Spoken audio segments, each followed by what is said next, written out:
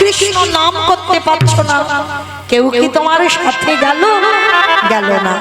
তাহলে শেষের দিনে তোমার সাথী হবে কি? কর্মফল। কতদিনে সাধু সঙ্গ করলে, কতদিনে ভক্ত চরণে আশ্রয় করলে, কতদিনে তুমি গুরু চরণে আশ্রয় করেছো, কতদিন যাবত তুমি একাদশীর উপবাস করছো, এই ভালো ভালো সুকর্মগুলো তোমার সাথে যাবে। তবে বাবা আমি মৌমিতা একটা গ্যারান্টি দেব, আর একজন আমাদের সঙ্গী হবে। কে জানো? শেষের দিনে জানি না আপনাদের এই মানিকনগরে নিয়ম আছে কিনা, তবে আমার ডায়মন্ড হারবার এলাকায় নিয়ম আছে। মানুষের মৃত্যুর পর দুটো জিনিস তাকে ভাড়া করতে হবে, অন্যান্য কিছু নয়, দুটো জিনিস করতে হবে। কি?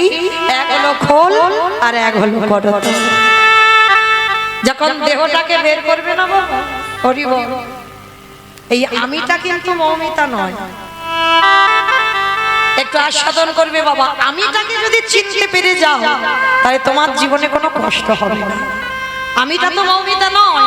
আমিটা যদি মৌমিতা হতাম বাবা, আমার মৃত্যুর পর যখনই আমার দেহ থেকে প্রাণটা চলে যাবে, আত্মীয় পরিজন যখনই দেখতে আসবে, এসে বলবে হ্যাঁ রে এখনো মরা দেহটা ভিতরে রেখেছিস, বের করে দে।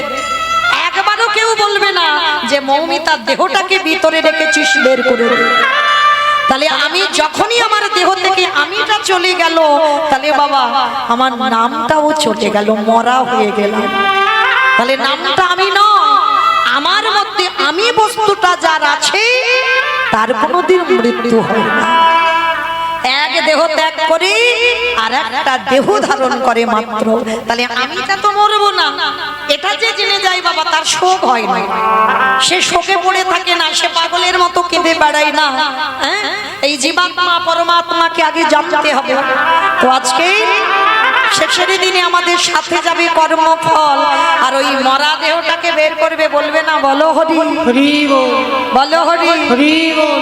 ভালো করে ভেবে দেখেন মা, দুর্গা পূজা, কালী পুজো, লক্ষ্মী পুজো, যে কোনো পূজা হয়, যেদিন বিসর্জন হয় সেদিন বাবা বড় বড় ধুমধাড়াক্কা ডিজে বাজনা বাজে। কি মা তোমাদের গ্রামে হয়? পূজার বিসর্জনের দিন বাজনা বাজে, নাচানাচি হয়, এখানেও হয়। বেশ, আমি ভাবলাম আমার এলাকায় বুঝি হয়, তার মানে সব জায়গায় হয়। তাহলে এইগুলো বাবা চেতনা, ভালো করে ভেবে দেখে, সেটা তো মা। তাহলে মাকে যখন জলে ফেলতে যাচ্ছ, তুমি ধুমধাড়াক্কা নাচানাচি করছো, ডিজে বাজনা বাজাচ্ছ। আর যেদিন আমাদের দেহটা বিসর্জন হবে সেদিন কি একটা লরিতে করে বাবা ডিজে বাজনা বাজালে হতো না? হওয়ালে হতো। তাহলে হওয়াচ্ছি না কেন? এই জায়গায় আমার চৈতন্য মহাপ্রভু শিক্ষা দিলেন, ওরে কলিরজি ভালো করে পিছনে চেয়ে দেয়, এলি খালি হাতে যাচ্ছিস খালি হাতে। তাহলে সাথে গেল কে? কর্মফল। আর কি যাচ্ছে? যাত্রা, নাটক, ফাংশন, থিয়েটার কিছু গেল না। তাহলে গেল কে? এই হরি নামে যাবে।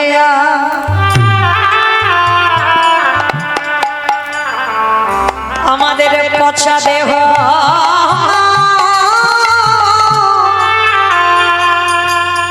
দেখো যা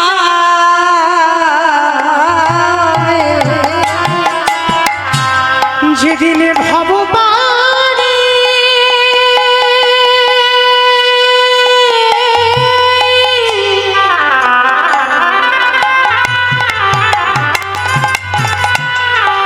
যেদিন ভববানে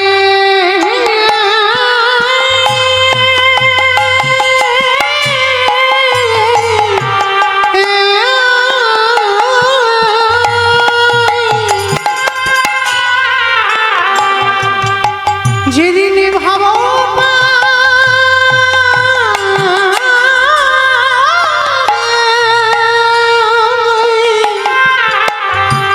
তুমি চলে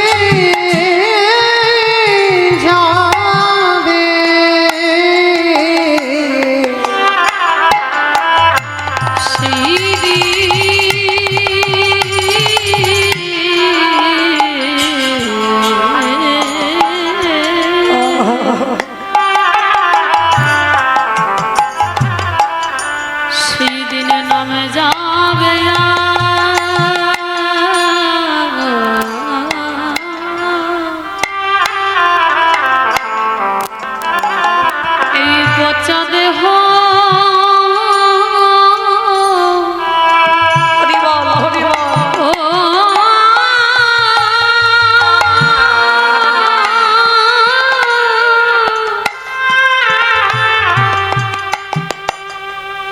দেহ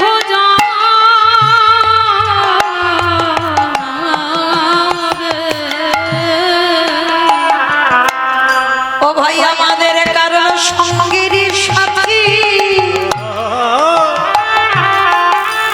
ওগো কেহ থাকবি না যেদিন বিষয় ছেড়ে এই দেহ চলে যাবে আমাদের কারণ কৃষ্ণ ভজন হলো না কৃষ্ণ বলবান বলে এইভাবে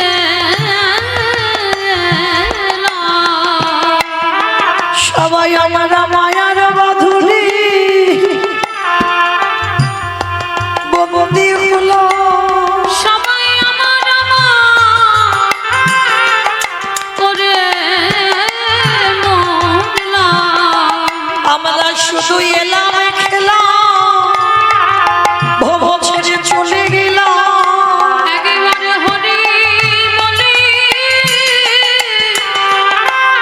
নানা কাঁদলাম না রে।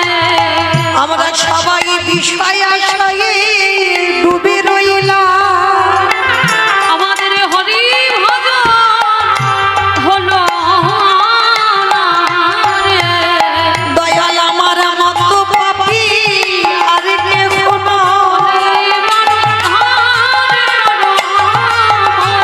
তুমি আমার কেশে ধরে টেনে নিও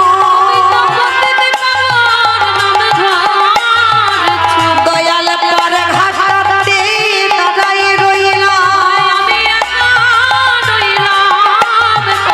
তুমি যেন চরণ ছাড়া করো না দয়া তোমার ওই চরণে সব সপিলাম আমার জাতি কুলমান গুরু গৌরা দয়াল আমার বলতে কিছু রাখিলাম কিছু রাখি না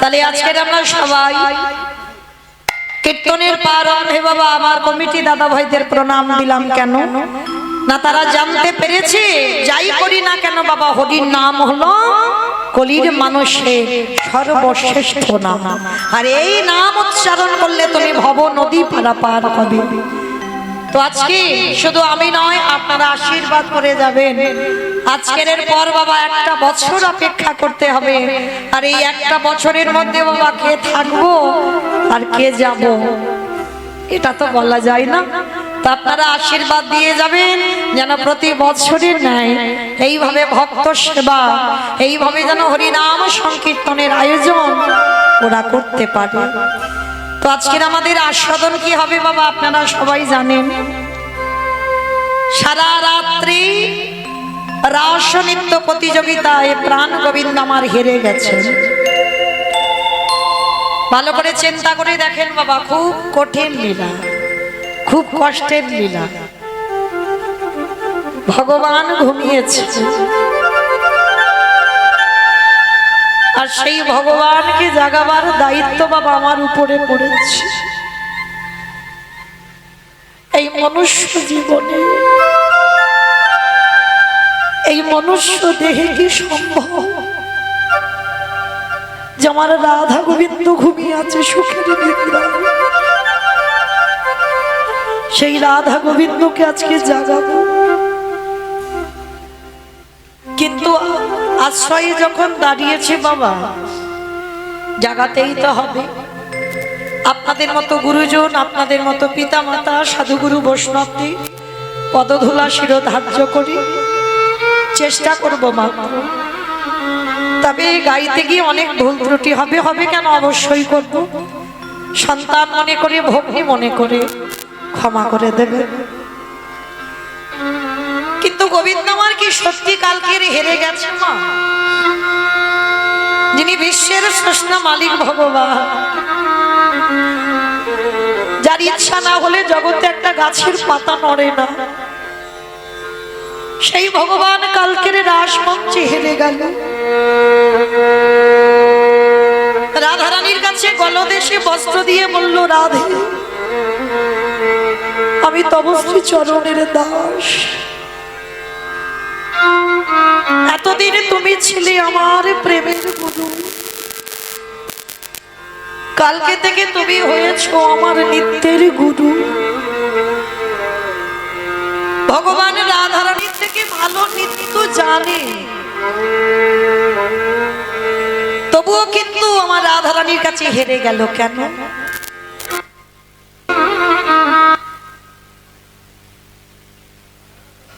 একটাই কারণে হেরেছে, কারণ এই জগতের সংসারে বাবা ভগবান সর্বদাই একটাই কথা বলে, আমা হতে নাম বড়, নাম হতে ভক্ত বড়, ভক্ত হতে ভক্তের পদধূলা আরো বড়।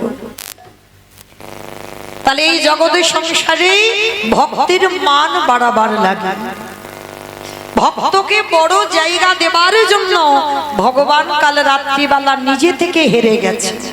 হেরে গিয়ে জগৎকে দেখালো যে জগৎ ভালো করে দেখে নাও, আজকে আমার থেকে ভক্ত কত উপরে। কারণ ভগবান বারবার বলেছে আমি ভক্ত চরণ বড় ভালোবাসি। হ্যাঁ, ভগবান এতটাই ভক্তকে ভালোবাসে, তার প্রমাণ দিয়ে গেছে বাবা মহাভারতে রাজস্বই যজ্ঞে। ভালো করে আস্বাদন করেন কতটা আমার ভগবান ভক্তকে ভালোবাসে। মহাভারতে যুধিষ্ঠির মহারাজ করেছিল রাজস্বই যজ্ঞ, আর এই রাজস্বই যজ্ঞে বাবা ভগবান কৃষ্ণ সবাইকে দায়িত্ব দিয়েছিল। আর সবাইকে যখন একটা একটা করে, যেমন যজ্ঞ করতে গেলে তো বাবা একটা দুটো কাজ নয়, অনেক কাজ, অনেক লোকের দরকার, তো ভগবান কৃষ্ণ সবাইকে একটা একটা করে দায়িত্ব দিচ্ছেন।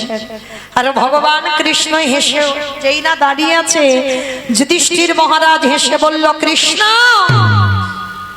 কৃষ্ণ তুমি তো সবাইকে দায়িত্ব দিচ্ছ, তুমি নিজে কোনো দায়িত্ব পালন করবে না?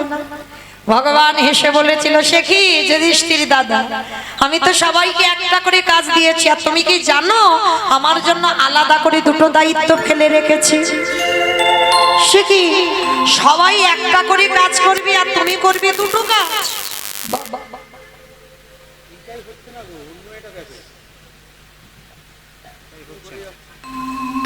বলে হ্যাঁ আমি দুটো কাজ করব। কি কি কাজ? বলে শোনো, আমার প্রথম কাজ হবে, হরি বল, এই যজ্ঞে যত যত সাধুগুরু বৈষ্ণব আসবে, আমি কৃষ্ণ দয়াময় হয়ে সবার প্রথমে আমি নিজের হাতে তাদের চরণ যুগল ধৌত করে দেব। ভালো করে বিচার করবেন মা, শুধু কীর্তন শুনলে হবে না, একটু তলিয়ে ভিতরে যেতে হবে। ভগবান যিনি বিশ্বের স্রষ্টা মালিক ভগবান, তিনি আজকে রাজস্বই যজ্ঞে পা ধোয়ার দায়িত্বটা নিয়েছেন। শুধু পা ধোয়া নয়, আরো কাজ নিয়েছে। এই যে ভগবান শুধু পা ধোয়াচ্ছে না, আর একটা কাজ কি করলো না, যত যত ভক্ত এসে বাবা প্রসাদ পেয়েছিল, আমার কৃষ্ণ দয়াময় ওই প্রসাদের পাত্রগুলো নিজের হাতে তুলে নর্দমায় ফেলেছিল। কিন্তু এখানে আমাদের প্রশ্ন, ভগবান হয়ে বাবা তিনি পা ধোয়াচ্ছে কেন? কি বাবা, ভগবান তো সাধারণ কোনো মানুষ নয়, সে মনে করলে একটা সেকেন্ডে পৃথিবীটাকে লয় প্রলয় করে দিতে পারে। তাহলে সেই ভগবান আজকের পা ধোয়ার দায়িত্বটা নিয়েছে কেন? এমনি এমনি পা ধোয়ালো না বাবা। কেন পা ধোয়ালো জানো? যুগ ধর্ম প্রবর্তক নাম সংকীর্তন চারি ভাব ভক্তি দিয়া নাচাইন ভুবন আপনি ভক্ত ভাব করি অঙ্গীকার আপনি না করলে ধর্ম জীবের শিখানো না যায় আপনি আচরি ধর্ম জীবের শিখাই এই তো সিদ্ধান্ত গীতা ভাগবতে গাই এই মতো কলিকালে প্রথম সন্ধ্যায় অবতীর্ণ হলেন কৃষ্ণ আপনি নদী আয় নিতাই গৌর হরি বল, হরি বল, হরি বল। তাহলে বিশ্বের শ্রেষ্ঠ মালিক ভগবান আজকে নিজে আচরণ করে জগৎকে শেখালো ওরে জগৎ আমি নিজে ভগবান হয়ে ভক্তদের চরণ ধোবাচ্ছি তোরাও আমাকে দেখে শেখ বাড়িতে যদি গুরুজন আসে সবার আগে মা পা ধোবার ব্যবস্থা করতে হবে আগেকার দিনে নিয়মগুলো ছিল আর এই আমাদের মতো মেয়েরা বাবা আমরা সব গন্ডগোল করে ফেলবো বিশ্বাস করতেই চাই না কিন্তু যে কজন আছেন চরণ ধরি আমি বলে যাই চেষ্টা করবেন বাবা বাড়িতে যদি গুরুজন আসে সবার আগে নিজের হাতে তাদের চরণ যুগল একটু ধৌত করে দেবে অনেক মায়েরা প্রশ্ন করবেন মৌমিতা সাধুগুরু বৈষ্ণব যদি না পাই গুরুদেব দেহ রেখেছেন গুরুদেবও বেঁচে নেই তাহলে তাদেরও ব্যবস্থা করেছেন ভগবান কি করেছে জানো যদি যাদের ঘরের বাবা মা জীবিত আছে বা শ্বশুর শাশুড়ি জীবিত আছে যারা হারিয়ে ফেলেছো বাবা মরার আগের দিন পর্যন্ত কাঁদলে তো আর পাবো না যাদের আছে বাবা মা বা শ্বশুর শাশুড়ি চেষ্টা করবে আমার কথা নয় ভগবান কৃষ্ণ তো সুদামাকে বলেছিল সুদামা এই পৃথিবীতে সব থেকে বড় গুরু হলো যে যার ঘরের বাবা মা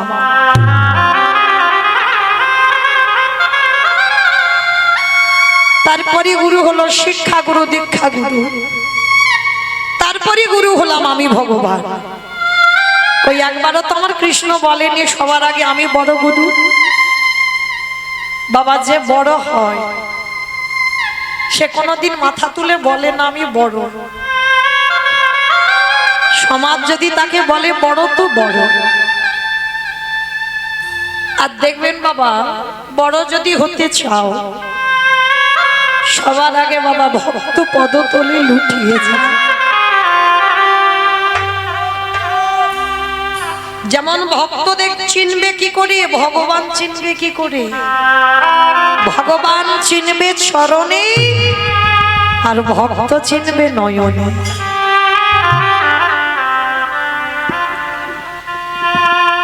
ভক্ত যারা হবে বাবা আহামরি চেহারা হয় না ভালো করে লক্ষ্য করবেন শ্রীরূপ সনাতন ভট্ট রঘুনাথ শ্রীজীব গোপাল ভট্ট দাস প্রভু এই ছয় গোসাইয়ের পরিচরণ বন্ধ যাহা হইতে বিঘ্ন নাশ অভীষ্ট পুরুষ নামাচার্য হরিদাস ঠাকুর চেহারাগুলো দেখেছি ভক্ত যদি হও তোমার রুগ্ন শুকনো দেহ হবে সদাই কৃষ্ণ নামে নয়ন ভিজিত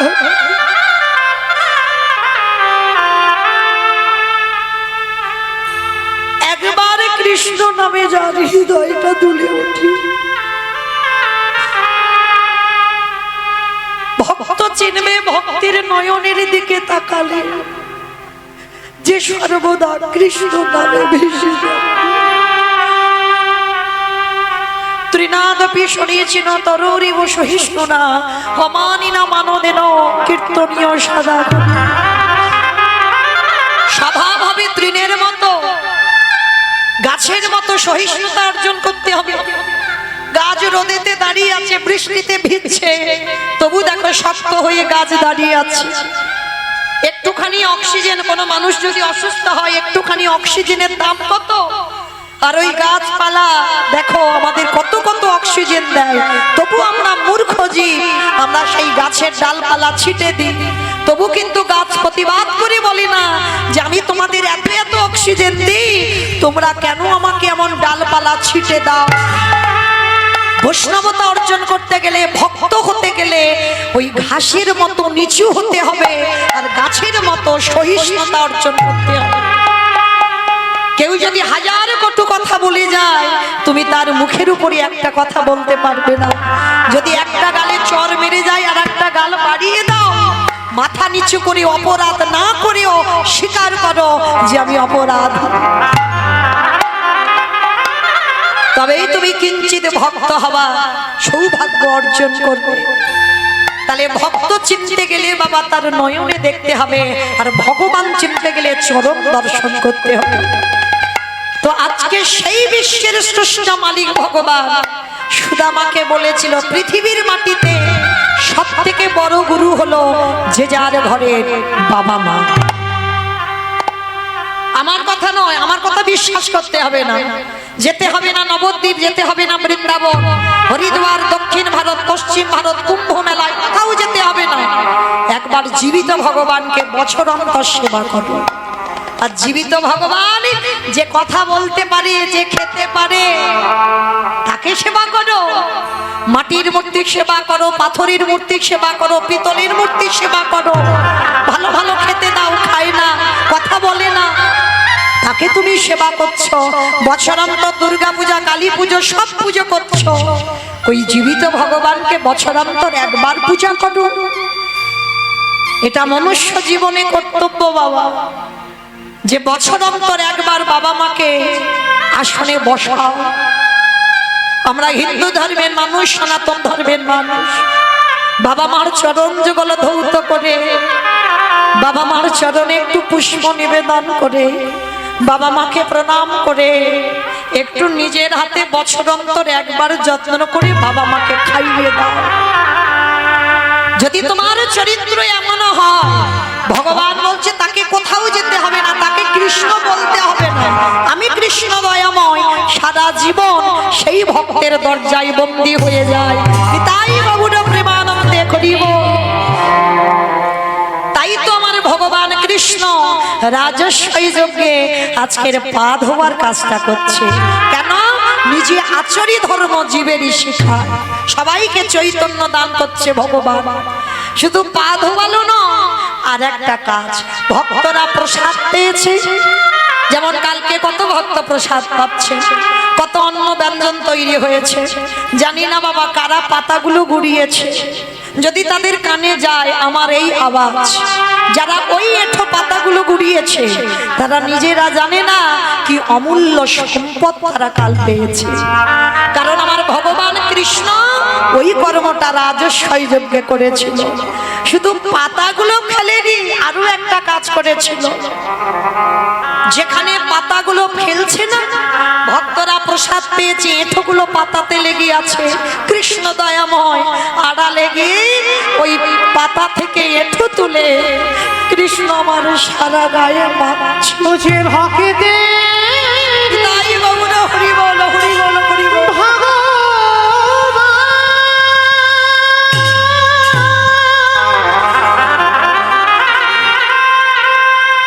मुझे भक्त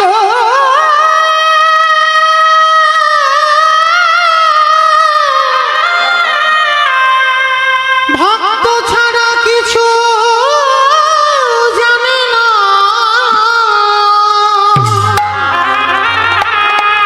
তাই তো যুগে যুগে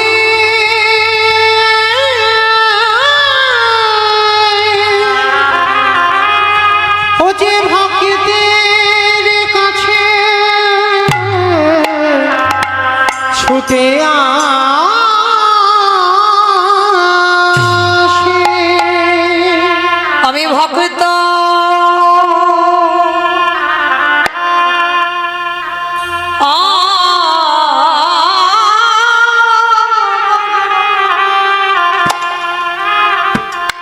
আমার ভালো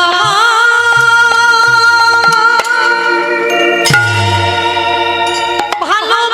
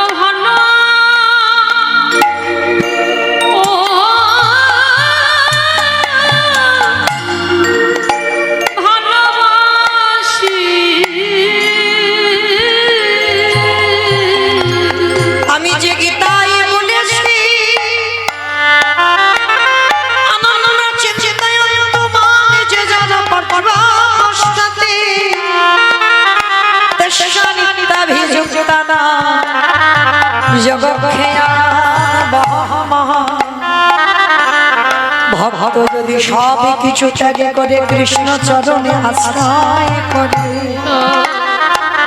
ভক্তের যদি সেবা না আমি ভগবান হই, সেই ভক্তের সেবার জন্য ওই যোগ খেয়াল আমি ভক্তের বোঝা বোঝা মাথায় করি। তাই হরিব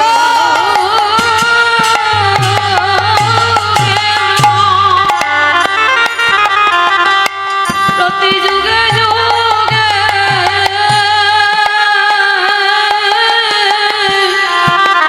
আমি ভক্তের বোঝা বোঝা মাথায় করি। আমরা ভালোবাসতে জানি না, আমরা সেবা করতে জানি না, তাই ভগবানের দেখা পাই না। কিন্তু ডাকার মতো যদি একবার ডাকা যায়, ভালোবাসার মতো যদি বাসা যায়, আমার ভগবান কি থাকিতে পারে? যে জন্য টাকা নাই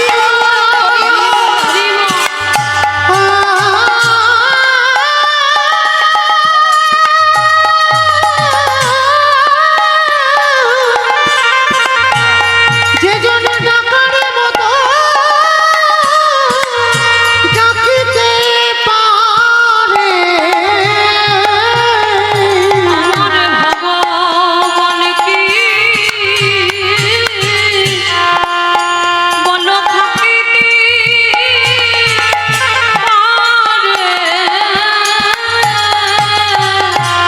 ভালোবাসতে জানি না, তাই তো ভগবান পাই না। যেদিন প্রহ্লাদের ওই মুখে মা বিষের নাড়ু তুলে দিল, যখন কারাগারের মা যেখানে আমার কৃষ্ণ দয়াময় ওই বিষের নাড়ু নিয়ে বিষটা নিজে খেয়ে নিয়ে ওই অমৃত ভক্তির বদনে তুলে দিল।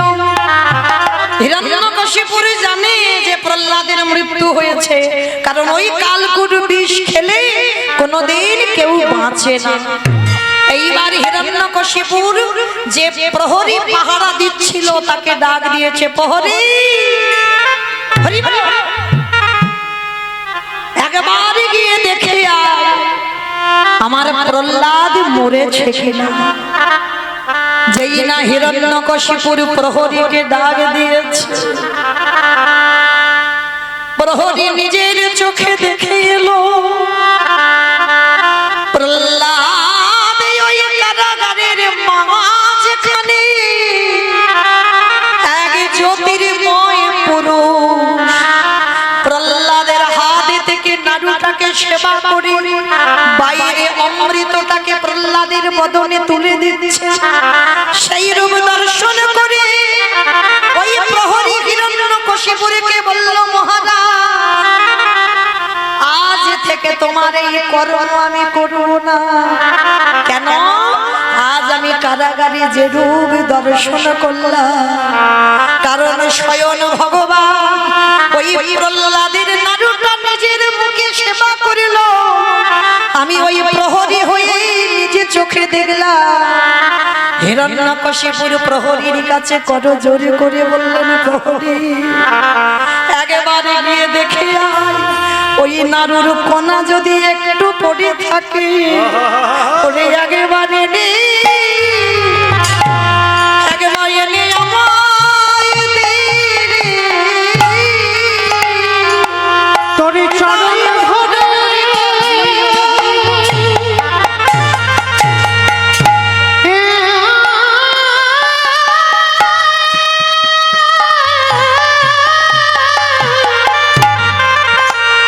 তোর চরণ ধরে মিনতি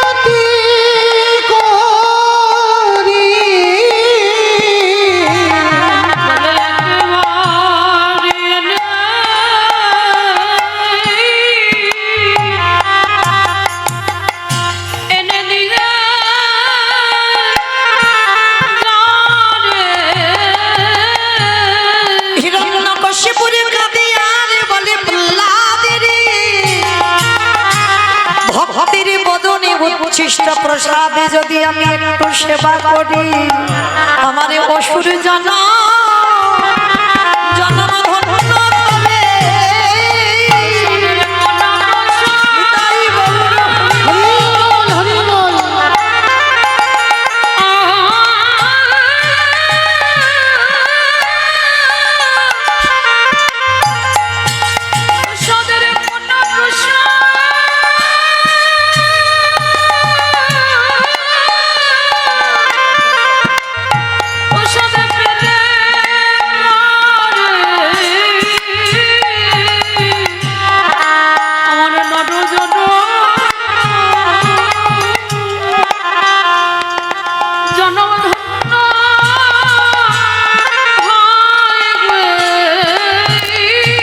ওরে প্রহরী রে,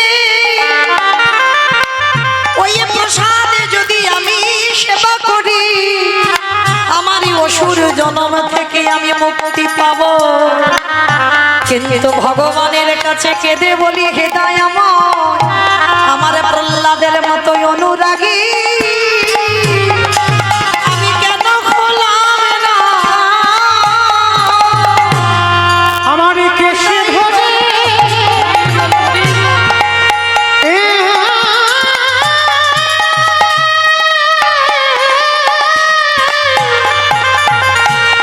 আমার কেশে ধরে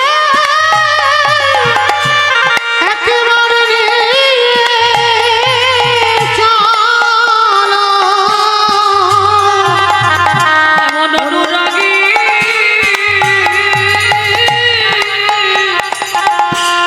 আমি কেন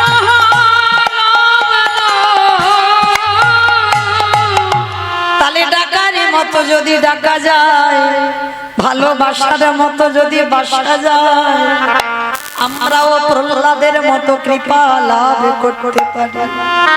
তাই ভক্ত বাৎসল্য ভগবান ওই ভক্তের রেখাগুলো যখনই গায়ে মাখে, যুধিষ্ঠির মহারাজ ছুটে এসেছে, কৃষ্ণ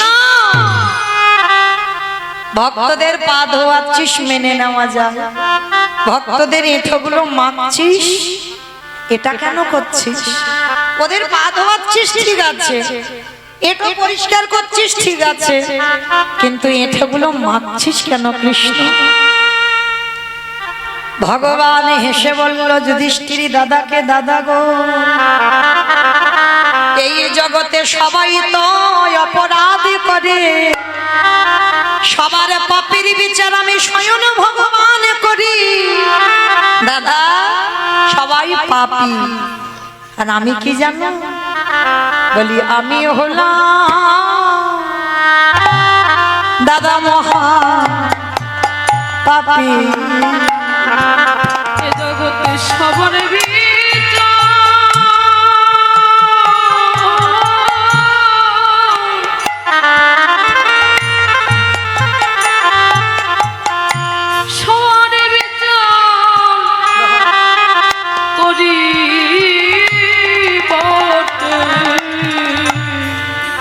আমার মতো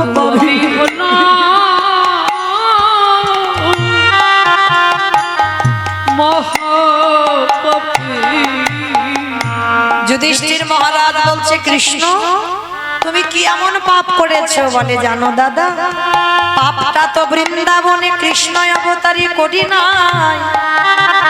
তাহলে কবে করেছিলে? ত্রেতা যুগে রামচন্দ্রের অবতারে, যেদিন রাম অবতারে 14 বৎসরের জন্য বনবাসী হলো। হরি বল। বাবা একজন দাস ছিল, কে গো? হনুমান, তাই না? এইটা হনুমানের মৃত্যু উপলক্ষে অনুষ্ঠানটা হয়। বেশ, তাহলে তো একটু বলতেই হয় বাবা। এই হনুমান দাস কিন্তু রামচন্দ্রের প্রথম ছিল না, হনুমান দাস ছিল বাবা সুগ্রীবে। ভালো করে যারা রামায়ণ পড়বেন, রামায়ণ জ্ঞানী, ভালো করে দেখবেন, রামচন্দ্রের দাস নয়, সুগ্রীবের দাস ছিল। হ্যাঁ, তাহলে সুগ্রীব পাঠিয়েছিল রামচন্দ্রকে দেখভাল করবার জন্য। হ্যাঁ, যেমন কালকের আমার কীর্তনে যারা ডোনেট করেছে, যারা সাহায্য করেছেন কালকের আমার উত্তর গোষ্ঠ, তারা তো আমার এই দেশের কাজে লেগেছে, দেশ রক্ষার জন্য তারা লেগেছে। ঠিক ঠিক সেই রকম রামচন্দ্রকে রক্ষা করবার জন্য সুগ্রীব হনুমানকে পাঠিয়েছিল রামচন্দ্রের কাছে। তাহলে হিসাবে রামচন্দ্রের দাস নয়, পরে দাস হয়েছে। হিসাবে বাবা হনুমান সুগ্রীবের দাস ছিল, সুগ্রীবের কাছে কর্ম করত। আর সুগ্রীব পাঠিয়েছিল রামচন্দ্রকে মানে সব সময় সুরক্ষিত করবার জন্য হনুমানকে দায়িত্ব দিয়েছিল। সেই হনুমান 14 বছর পর যখন রামচন্দ্র ফিরে আসবে, হনুমানকে বলেছিল, হনুমান তুমি কি চাও আমার কাছে? ভক্তের লক্ষণ দেখেন মা, ভক্ত কোনোদিন নিজের জন্য কিছু চায় না, কোনোদিন চাইবে না।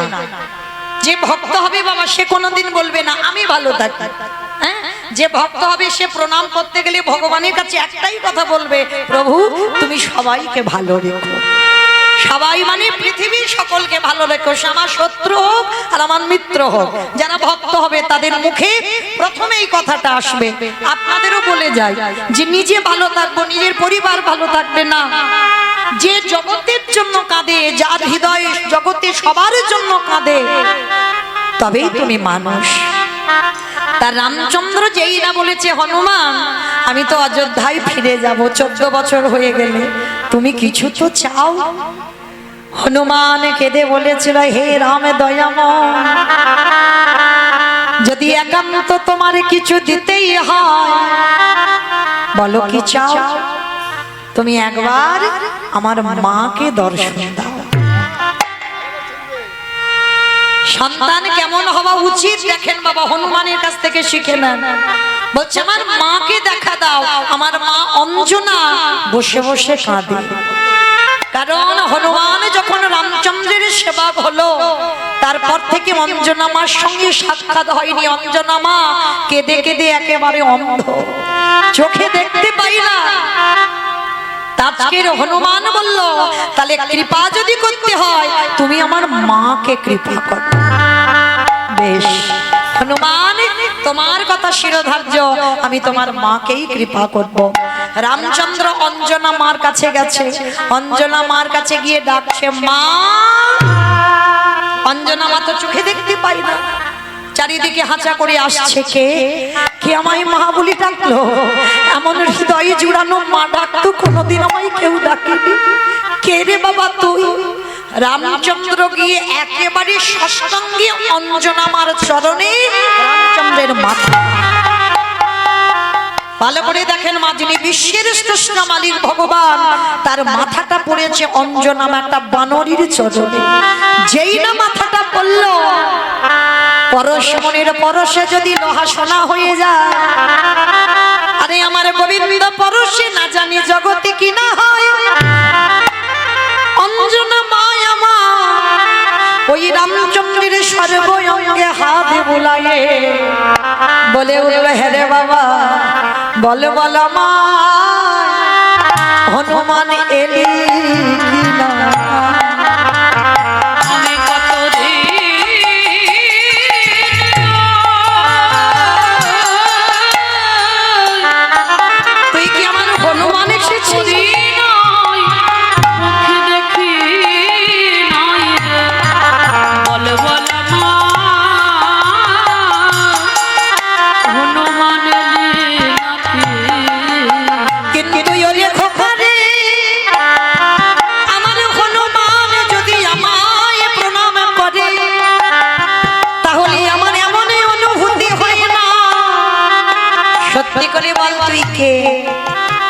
হনুমান পাশে ছিল। মা আমার কথা রেখে দাও মা, একটা কথা বলি, আমি তোমার হনুমান। তার চোখে তো দেখতে পাই না অঞ্জনা। হনুমানকে বলছে, হ্যাঁ রে বাবা এতদিন কোথায় ছিলিস? বাবা যারা ভক্ত মানুষ হবে তারা মিথ্যা বলবে না, সত্যিটাও বলবে না। মানে এমন ভাবে কথা বলতে হবে যেটা মিথ্যা নয় আর যেটা সত্যিও নয়। তা অঞ্জনা মা জিজ্ঞেস করছে, হ্যাঁ রে হনুমান ওমা রাখো রাখো, দিতে হবে না। হনুমান এতদিন তুই কোথায় ছিলিস? তো হনুমান বলছে ওমা আমি তো তীর্থে গিয়েছিলাম। ভালো করে অনুভূতি রাখবেন, মিথ্যা বললো না, সত্যি বললো না। বললো আমি তীর্থে ছিলাম বাবা, তাহলে সত্যিও নয় আর মিথ্যাও নয়। কারণ যেখানে ভগবানের চরণে পরশ করে সেইটাই তো তীর্থস্থান হয়ে যায়। আর সেই রামের চরণে তো হনুমান ছিল, ওই জন্য মা অঞ্জনাকে বলছো মা আমি তীর্থে গিয়েছিলাম। তীর্থে? বলে হ্যাঁ। বলে হ্যাঁ রে হনুমান, আমার অনেক দিনের ইচ্ছা আমি তীর্থ ভ্রমণ করব, আমাকে একটু তীর্থে নিয়ে যাবি? তা হনুমান হেসে বলছে ওমা মা তীর্থে নিয়ে যাব না, আমি তীর্থ তোমার কাছে এনে হাজির করব। এই তীর্থ কোনোদিন হাঁটতে পারি? তীর্থ তো একটা জায়গাকে বলে। বলে তুমি কিছু জানো না, তীর্থ জায়গাকে বলে না, যার চরণ পরশে তীর্থ হয়ে যায় সেই চরণ আমি তোমার কাছে নিয়ে আসব। হনুমান তোর এই কঠিন ভাষা বুঝতে পারছি না, দেখবি তীর্থ তোমার কাছে আনবো।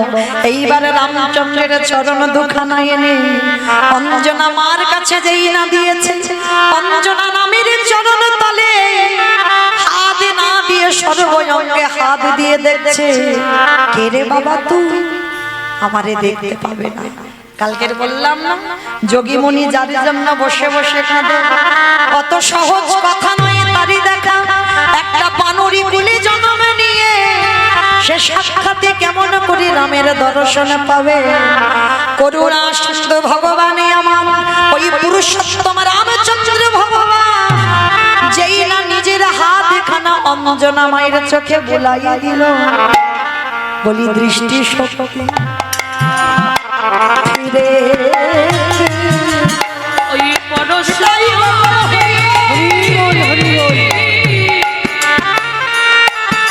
ওই পরশ মনির পরশ দৃষ্টি শক্তি সাক্ষাতে আমার রামকে দর্শন করলে, রামকে দর্শন করে বলল প্রভু এবার আর একটা জিনিস তোমার কাছে চাই। কি চাও প্রভু গো? এবার দাও দাও অন্ধ করে দাও। আমি আর তোমায়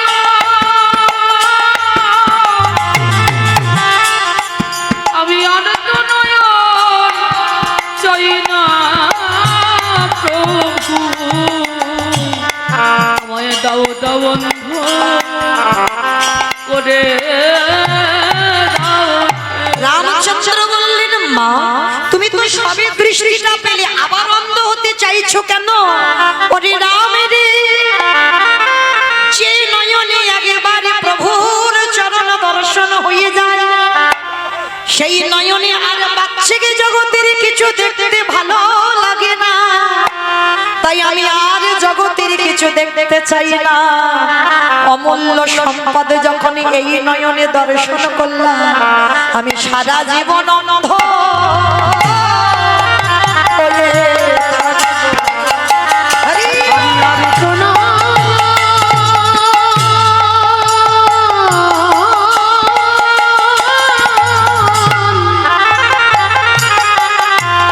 আমি আর তো নয়ন চাই না আমি সারা জীবন অন্ধ হয়ে থাকবো। সেই রামচন্দ্রকে টেনে এনেছিল হনুমান। আর এই হনুমান কত বড় ভক্ত ছিল জানো? ওই হনুমান নবদ্বীপে কে বাবা? মুরারি গুপ্ত। হরি বল মুরারি গুপ্ত।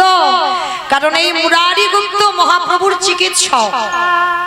মানে আমাদের যেমন দেখবেন ধর্মাদে একটা করে ডাক্তার থাকে না, মহাপ্রভুর একটা ডাক্তার ছিল যিনি হচ্ছেন মুরারি গুপ্ত। আর এই মুরারি গুপ্ত মানে গাছগাছরার ওষুধ দিত, আয়ুর্বেদিক চিকিৎসা করত।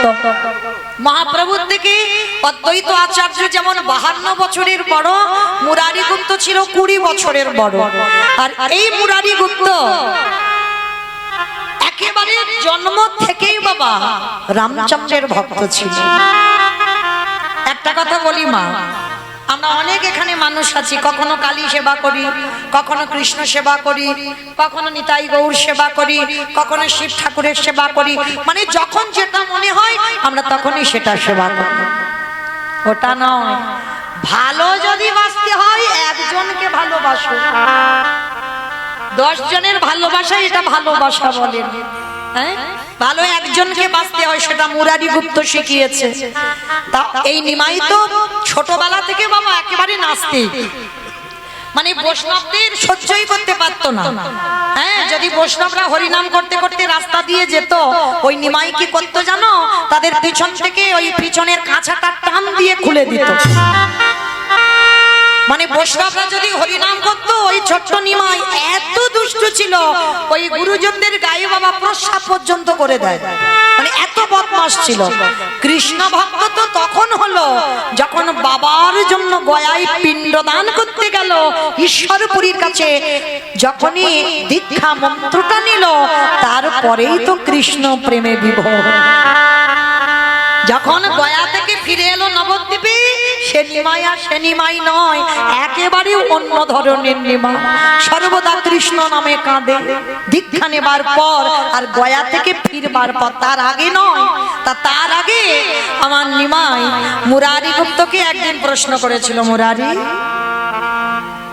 আচ্ছা সবাই তোমাকে সম্মান করে, তুমি করো না কেন?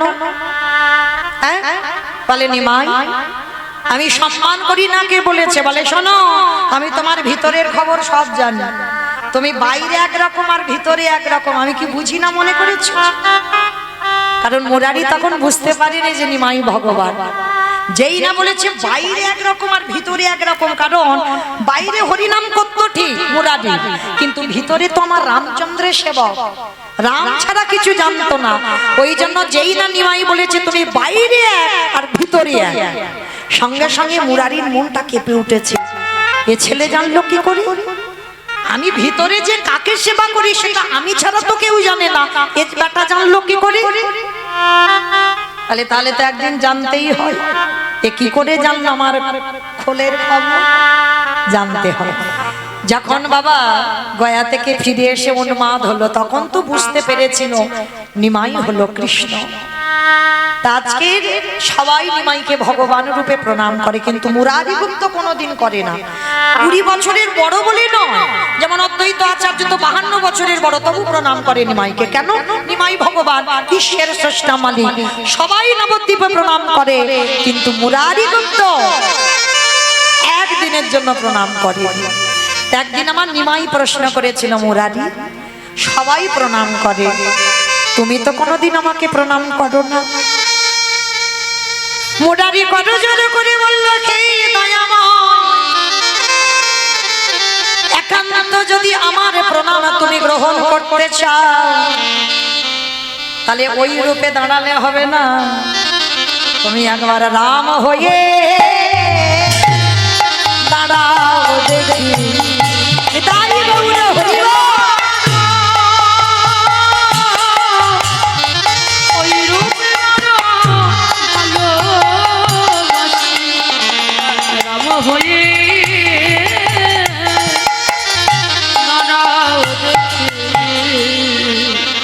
তো মহাপ্রভু তো চমকে উঠেছে, মুরারি আমি কলিযুগের নিমাই, আমি রাম হব কি করে?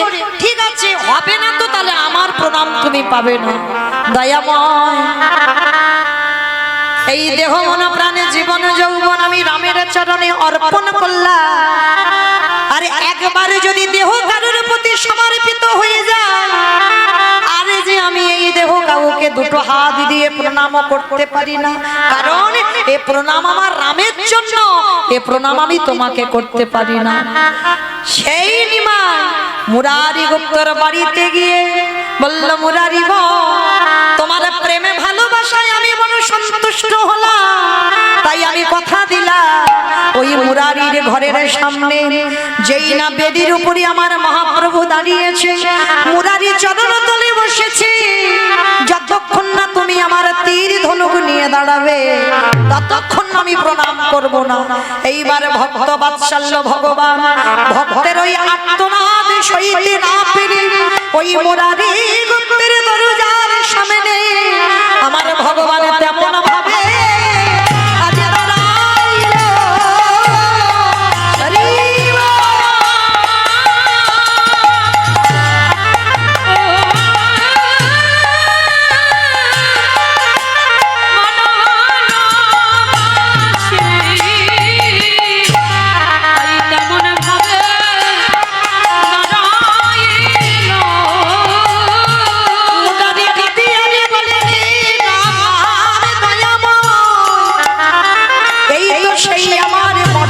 পুরুষোত্তম ভগবান, এই হলো আমার পদ্ম পলাশ লোচন হরি। এইবার তুমি আমার প্রণাম প্রণাম গ্রহণ করো। তোমায় গৌর হরি।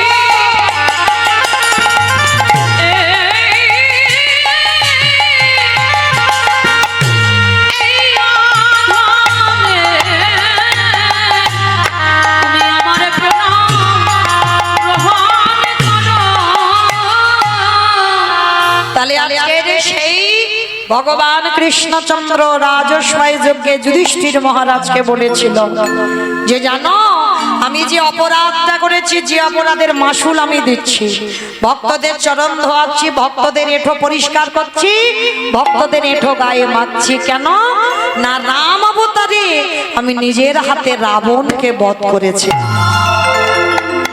আর রাবণকে বধ করে আমার দেহের মাথা থেকে পায়ের নখ পর্যন্ত পাপী হয়ে গেল।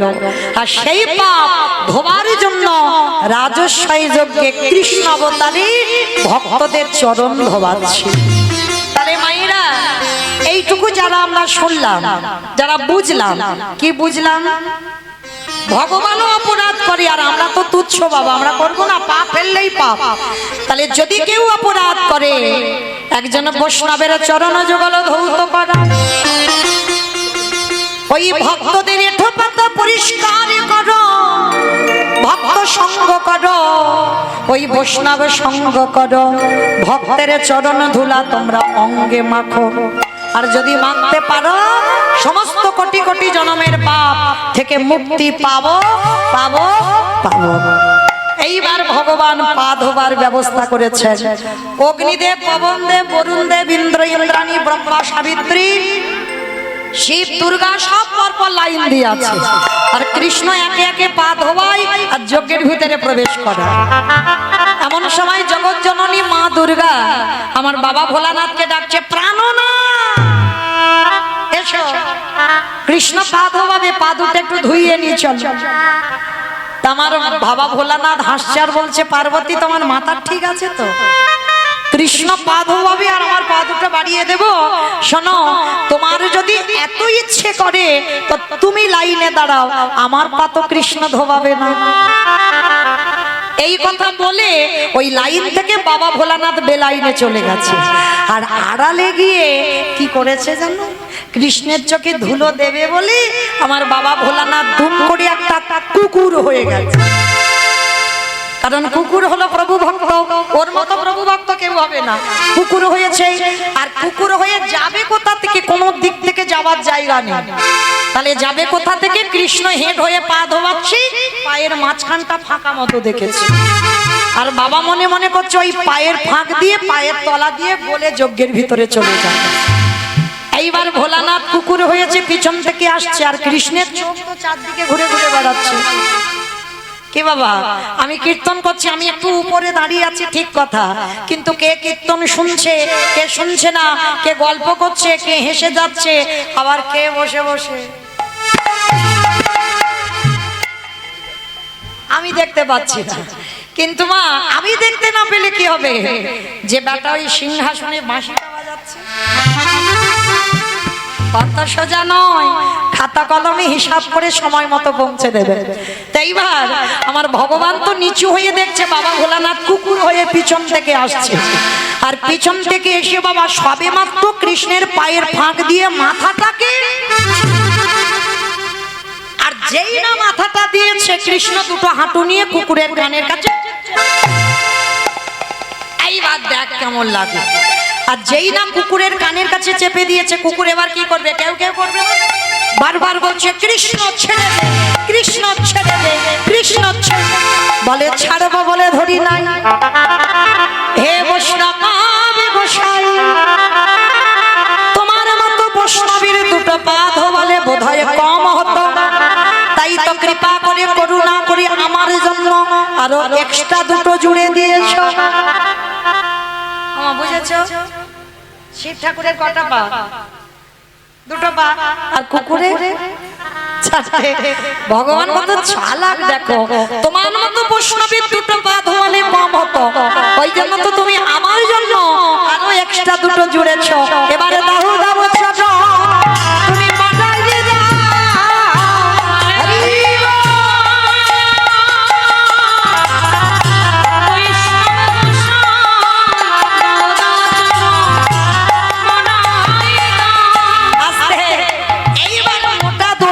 কুকুরটাকে বেঁধেছে, বাঁধলে কি হবে? কুকুরের চারটে পা শুধু ছটফট করছে। ভগবান মানে এবার পায়ের ব্যবস্থা করতে হবে। দাঁড়া, মোটা দড়ি নিয়ে কুকুরটাকে বেঁধেছে, আর যত বাঁধে শুধু ছটফট করে। ভগবান বলে দাঁড়াও। এইবার চারটে পা এক জায়গায় বেঁধে দিয়েছে, আর যেই না চারটে পা এক জায়গায় বেঁধে দেওয়া, আর কিছু করতে পারবে? সবার পা ধোয়াচ্ছে কৃষ্ণ ঘটিতে করে জল দিয়ে।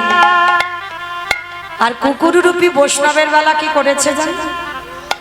একটা কথা বলে যাই মা চরণ ধরে, যে যার পারে কর্ম করো, তোমার কর্ম যেন ভুল না হয়। বৈষ্ণব বৈষ্ণবের কর্ম করবে, তুমি তোমার কর্ম করবে, কিন্তু ভুল করে একটা অপরাধ যেন করে না ফেলা হয়। বৈষ্ণবের বাড়িতে যদি হয় ক্ষুদ্র অপরাধ,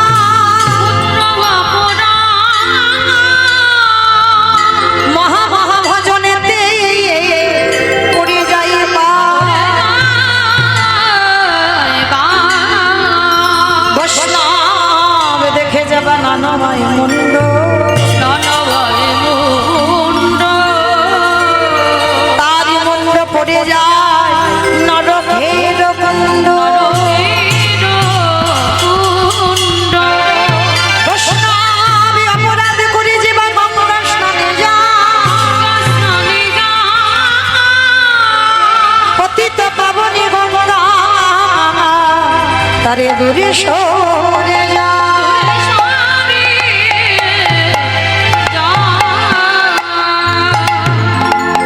আজকের আমার ভগবান সেই বৈষ্ণবকে কোন জায়গা দিচ্ছে দেখেন।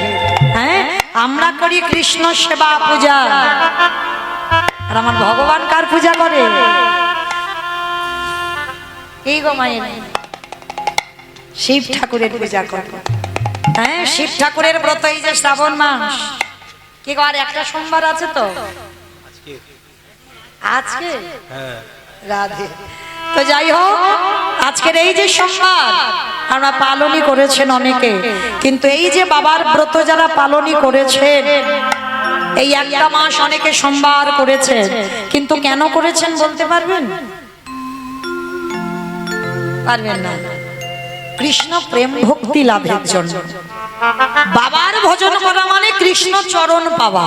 কারণ বাবা তো আশুতোষ, অন্যান্য পূজায় অনেক কিছু লাগে, আরে বাবার একটা কিছু তেমন বেশি কিছু লাগে না। হ্যাঁ, একটু দুধ, গঙ্গা জল, বেলপাতা, একটা বাতাসা হলেই হয়ে যাবে, আর কিছু লাগবে না। হ্যাঁ, তো এই বাবার চরণ সেবা করা কেন? বাবা তো বৈষ্ণব, আর ভগবান বলছে আমার থেকে আমার ভক্তকে যে বেশি ভালোবাসবে আমাকেই অচিরেই পেয়ে যাবে। তাহলে ভোলানাথের চরণ সেবা করা মানে ভোলানাথের কাছে একটাই বস্তু চাইবে, হে ভোলানাথ আমার যেন তোমার মতো কৃষ্ণ প্রেম ভক্তি লাভ। হ্যাঁ, এর জন্য শিব ঠাকুরের ব্রত করা। তো আজকে সেই বাবা ভোলানাথের চরণ সেবা করছি আমার ভগবান। তাহলে ভগবান কতটা ভক্তকে ভালোবাসে। আর যখন ভগবান সবার পা ধোয়াচ্ছে ঘটিতে করে জল দিয়ে, আর ভোলানাথ রূপী কুকুরে চারটে চরণ বুকে নিয়ে কৃষ্ণের চোখের জলে চরণ ধোয়াচ্ছে, সেই সময় ভোলানাথ রূপী কুকুর বলল, কৃষ্ণ আগত কলিযুগে আমি কথা দিলাম আমি আর শিব রূপ হয়ে যাব না। কি হব? আমি হব অদ্বৈত আচার্য মশাই। তুই আমার কৃষ্ণ নয়, তুই হবি নদিয়ার নিমাই চাঁদ। 12 বছর তুলসী ভাষায় আমি যখন তোকে আহ্বান করব, তুই নদিয়ার মাটিতে নামবি, আমি শান্তিপুর থেকে তোর সঙ্গে দেখা করতে যাব। আর এই যে রাজস্বাই যজ্ঞে তোর চোখের জল কুকুরের পায়ে পড়ল, এই কুকুর তোর কাছে ঋণী হয়ে গেল। এই ঋণ কলিযুগে শোধ করব। যেদিন তুই নিমাই হবি, যেদিন আমি অদ্বৈত আচার্য হব, যেদিন 12 বছর পর তোর সঙ্গে আমার সাক্ষাৎ হবে, তোর থেকে আমি 52 বছরের বড় হব, যেদিন দুজনে প্রথম মুখোমুখি হব, ওরে এমনি করে চল আমি ধোবাইব।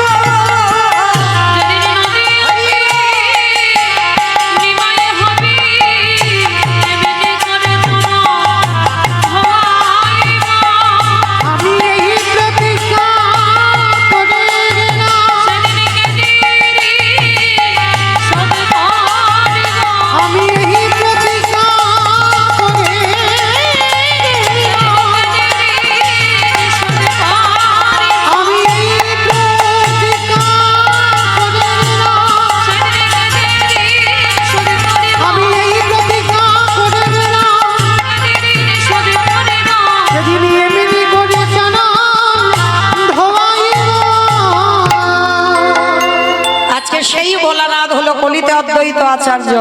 তাহলে ভগবান জগৎকে শেখালো আমি প্রকৃত ভক্ত বড় ভালোবাসি। আমি ভক্তের অন্য কিছু চাই না, আমি ভক্ত বড় ভালোবাসি। আর সেই ভগবান নদিয়ার মাটিতে শয়নে আছেন। শিবাসঙ্গনে সারা রাত্রি কীর্তন করেছেন, আর করে বাবা একটু ভোর ভোর হব সেই সময় শয়ন করেছেন। কিন্তু মায়েরা এখনো কি আমার মহাপ্রভু ঘুমাচ্ছে? কি গো মা ঘুমাচ্ছে? এটা লীলা। কারণ ভগবান ঘুমাচ্ছে না, কারণ ভগবান কপট নিদ্রায় আছে। দেখি ভক্ত কি করে। আলসে অবসত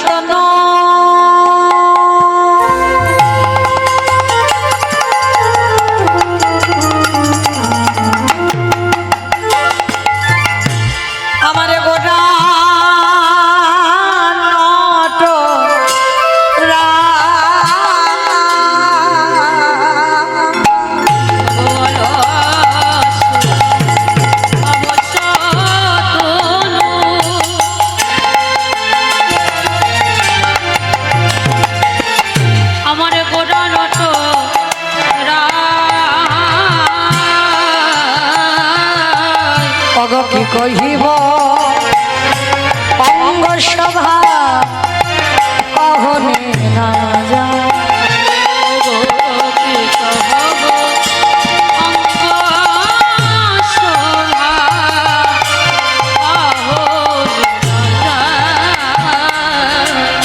মেঘের রবি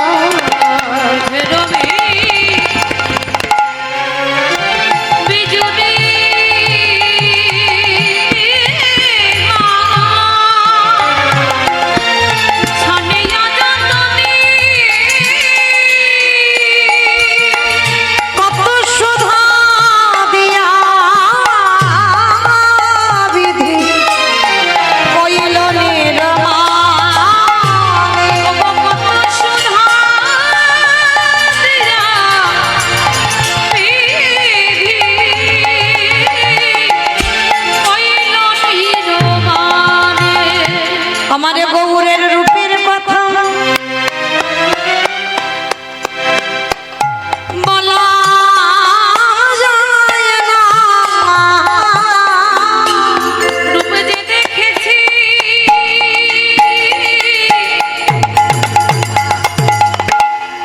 সেই তো জানে গৌরের রূপে কথা বলা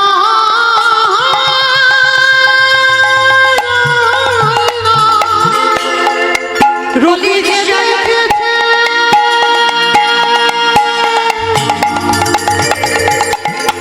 সেই তো জানে বলি যাই রে লীলা বলি হারি যা দেখেছি সেই তো জানে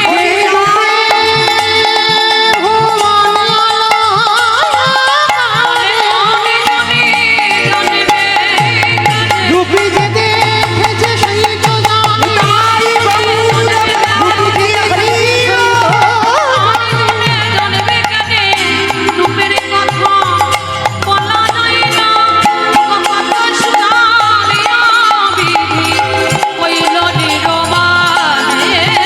আগে কত সুধা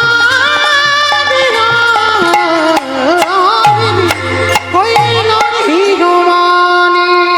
কিন্তু আর তো ঘুমাতে দিলে হবে না, এবার গৌরকে ডাকতে হবে। তবে মা আমি তো একা ডাকবো না, সবাই মিলে ডাকবো। কি মায়েরা ডাকবে তো আমার সঙ্গে? আমি একা একা ডাকবো কেমন মতো লাগবে না?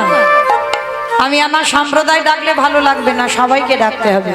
ওই একটু উলুধ্বনি দাও তো দেখি একবার। ওঠো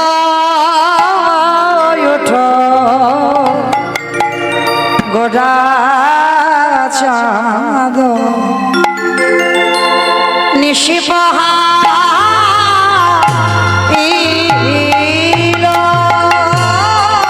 ওঠো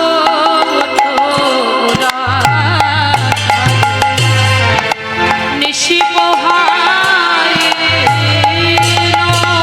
আস্তে মাইরা, এ গানের কোনো দ্বিতীয় সুর হয় না, কারণ আমাদের অনুভব করতে হবে এটা আমাদের একেবারে প্রভাত কাল। এই যে সূর্য উঠে গেছে সেটা ভাবলে হবে না, এই যে এত বেলা হয়েছে সেটা ভাবলে হবে না, মনের মাঝে অনুভূতিটা রাখতে হবে। সবে সকাল হয়েছে, নদিয়ার ভক্তরা সবাই আমার গৌরকে ডাকছে, তা সকালবেলা প্রভাতী সুর যেমন হয় সেটা আমাদের অনুভূতিতে রাখতে হবে। ওঠো ওঠো গোদা নিশি পাহাড়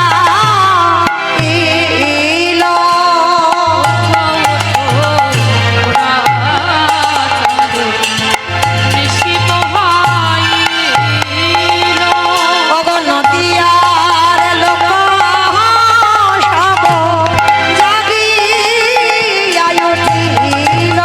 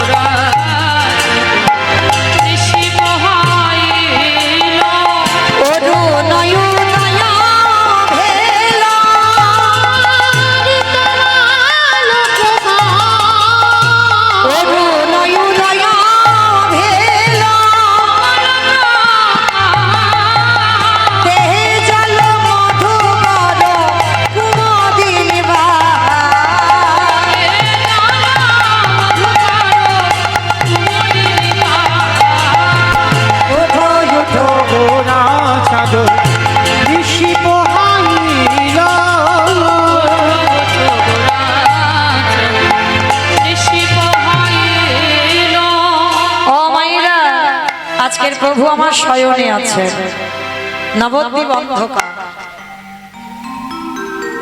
সুরধ্বনি গঙ্গায় আর স্রোত বহে না, গাছের ডালে কোকিল কোকিলা কেহ বারে গুনগুন রবি গান করে না, ওই নদী আর মানুষ সবাই যেন কি হারায়ে বসে আছে। একটু ভাবেন তো মা, তাহলে আজকের নিমাই ঘুমাচ্ছে, আজকে শুধু ঘুমাচ্ছে, আজকের এই অবস্থা। আর যেদিন নিমাই নদিয়া ছেড়েছিল, কেউ মা একবার ভাবেন, অনুভব করেন, আজকের ঘুমিয়েছে শুধু, উঠবে, কিন্তু যেদিন সন্ন্যাসী হল আর তো কোনোদিন জন্ম ভিটাতে আসতে পারবে না, স্ত্রী বদন দেখতে পাবে না, তাহলে সেদিন নদিয়ার মানুষের পরিণতিটা কিছু জানো? এই বিষ্ণুপ্রিয়ার কথা একটু না বললে কম পড়ে যায়।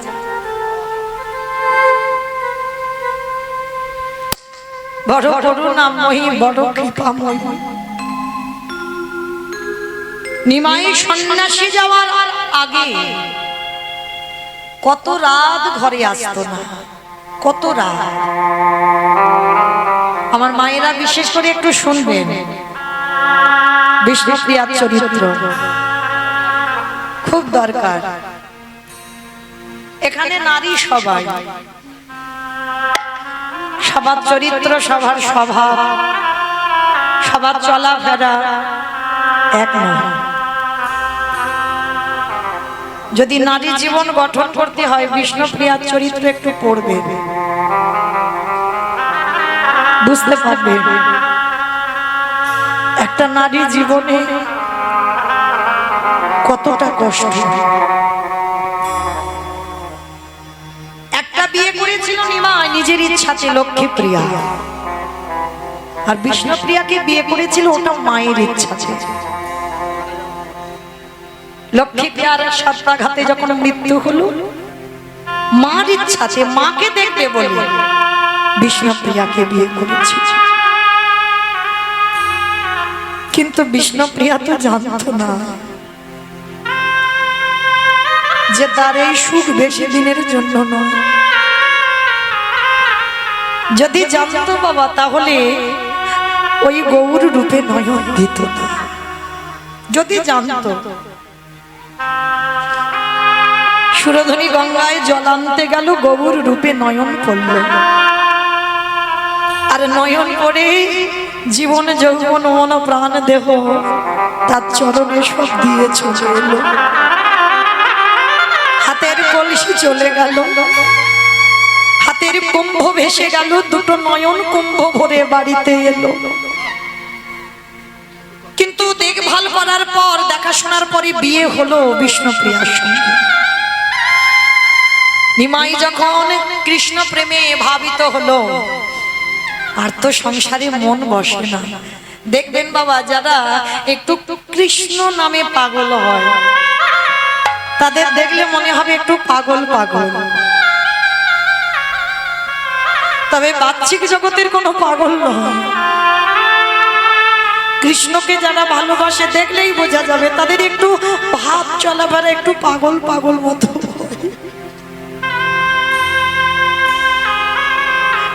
শ্রীবাসের ঘরে কীর্তন করতে করতে সারা রাত কেটে যেত, আর ওই ছোট্ট বিষ্ণুপ্রিয়া 14 বছর বয়স, কেঁদে কেঁদে বালিশ ভিজে যেত, কত রাত আসতো না। কিন্তু বিষ্ণুপ্রিয়ার আক্ষেপ ছিল না, জানতো সকাল হলে তো ফিরবে, সন্ন্যাসে যাবে। যখন মন স্থির করেছে,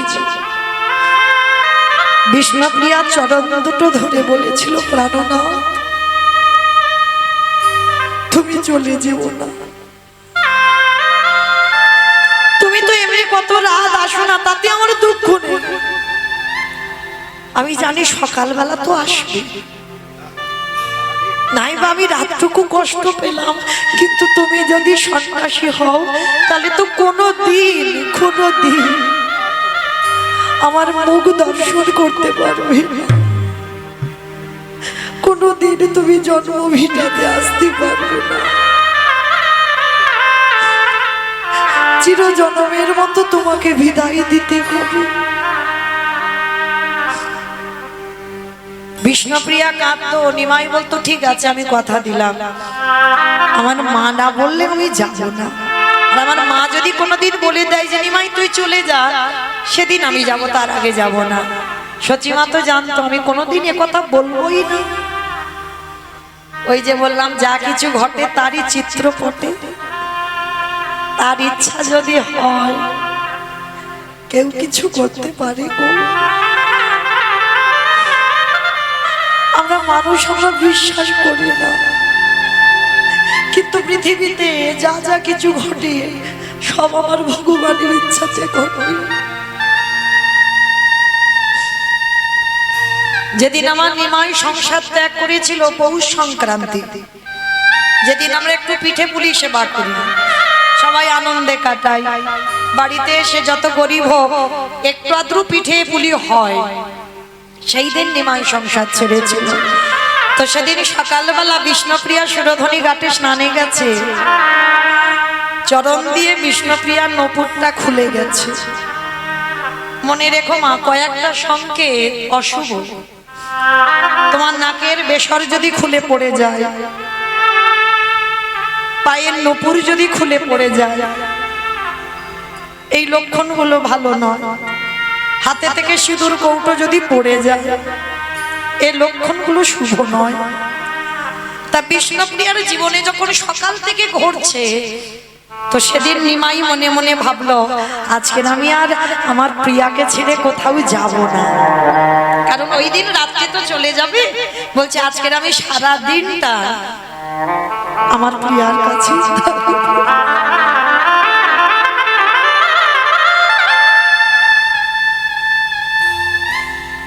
কি করে বুঝবে বিষ্ণুপ্রিয়া যে সেই রাত্রিটা তার জীবনের শেষ রাত? স্বামীর কাছে বলছে জানো প্রাণো না, সকালবেলা স্নানে গিয়ে আমার চরণের নপুরটা খুলে গেছে, মনটা ভালো নেই, মনে হচ্ছে কোনো দুর্ঘটনা হবে, আমার নাকের থেকে নাকেরটা খুলে পড়ে গেল। নিমাই জানে কি ঘটবে, তবু বলছে দূর পাগল, ওটা হতেই পারে, কাল শেখরার কাছ থেকে আমি তোমার একটা ভালো নূপুর বানিয়ে দেব, তোমার নাকেরও একটা বানিয়ে এনে দেব, তুমি চিন্তা করো না। কিন্তু প্রিয়া তুমি এত কাঁদছো কেন? জানো প্রাণো না, আমি বুঝতে পারছি আমার হৃদয়টা যে বড় খালি হয়ে যাচ্ছে। মনে হয় পাছে যদি তোমারে হারিয়ে ফেলি। নিমাই মনে মনে করছে প্রিয়া আমাকে তো যেতেই হবে, এই জগতের মানুষের কল্যাণের জন্য আমি আমার মাকে কাঁদাবো, আমার স্ত্রীকে কাঁদাবো, কিন্তু আমি সুখ না পাই, আমি জগতের জন্য, জগতের মঙ্গলের জন্য আমাকে সন্ন্যাস হতেই হবে। বিষ্ণুপ্রিয়াকে বলছে প্রিয়া এসো, আজকে আমি তোমাকে নিজের হাতে একটু সাজিয়ে দিই। একটা কথা বলে রাখি বাবা, সেবা, এই সেবা সবার জন্য নয়। এই যে স্বামী স্ত্রীর সেবা, সেবা কাকে বলে?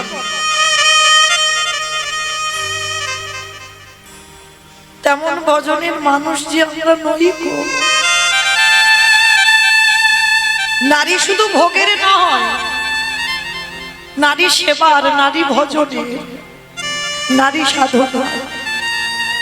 চণ্ডী ঠাকুর করেছিল রামের চরণ ভজন,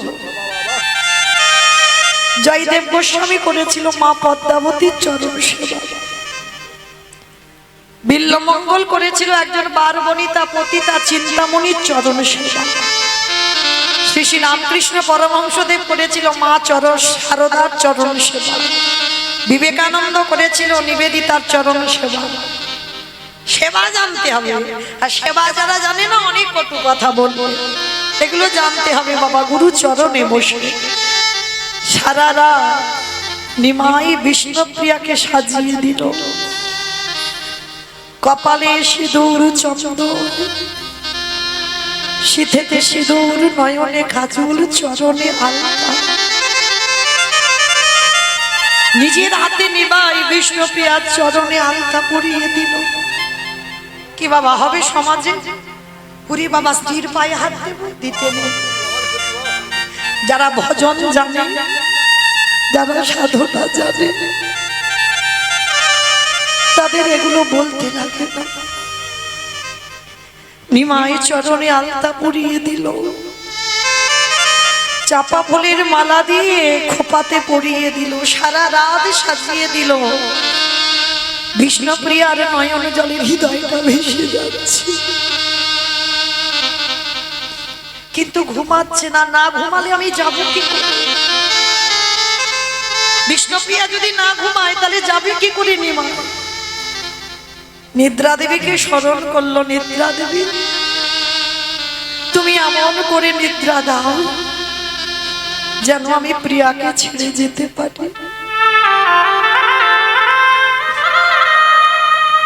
যখন নয়নে ভর করলো নিদ্রা দেবী, বিষ্ণুপ্রিয়া ভয়ে কি করেছিল জানো?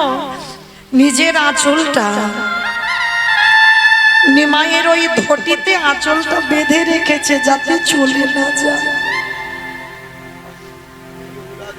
ভগবানকে কি বেঁধে রাখা যায়? কেউ যদি একবার চলে যাবে মনে করে, কারো সাধ্য নয় যে তুমি ধরে রাখতে পারো। যদি কেউ যাবে মনে করে তাহলে তুমি পারবে না ধরে রাখতে। ওই জন্য ভাবুকরা কি বলছে জানো? চলে যাই যদি বাঁধন ছিঁড়ে, কাঁদিস কেন মন?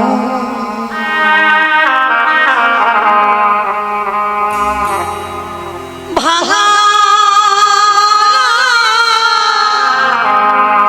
এই সংসারে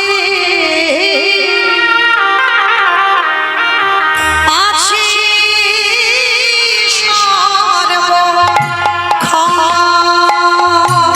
চলে যাই যদি বাঁধন ছিঁড়ে,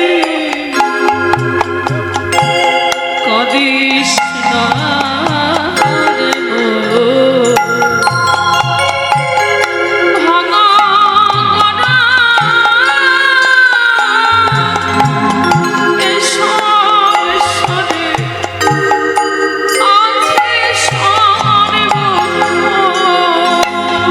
ওরে ভাঙা গড়া এ সংসারে আছে সর্বক্ষণ। হাসির পরে কান্নায় আসে, দুঃখের পরে সুখ, আধার রাতে পার যে তুই দেখবি আলো। হাসির পরে কান্না আসে, দুঃখের পরে সুখ,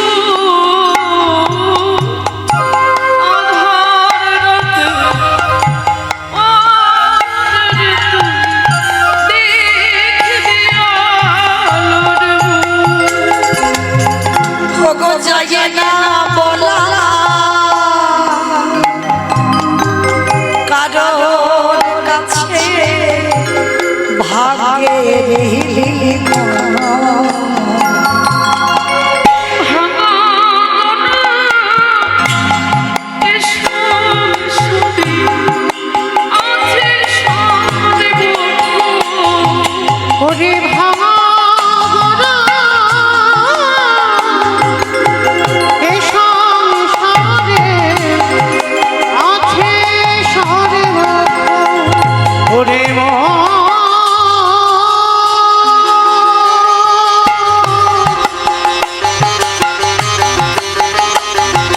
বলে মন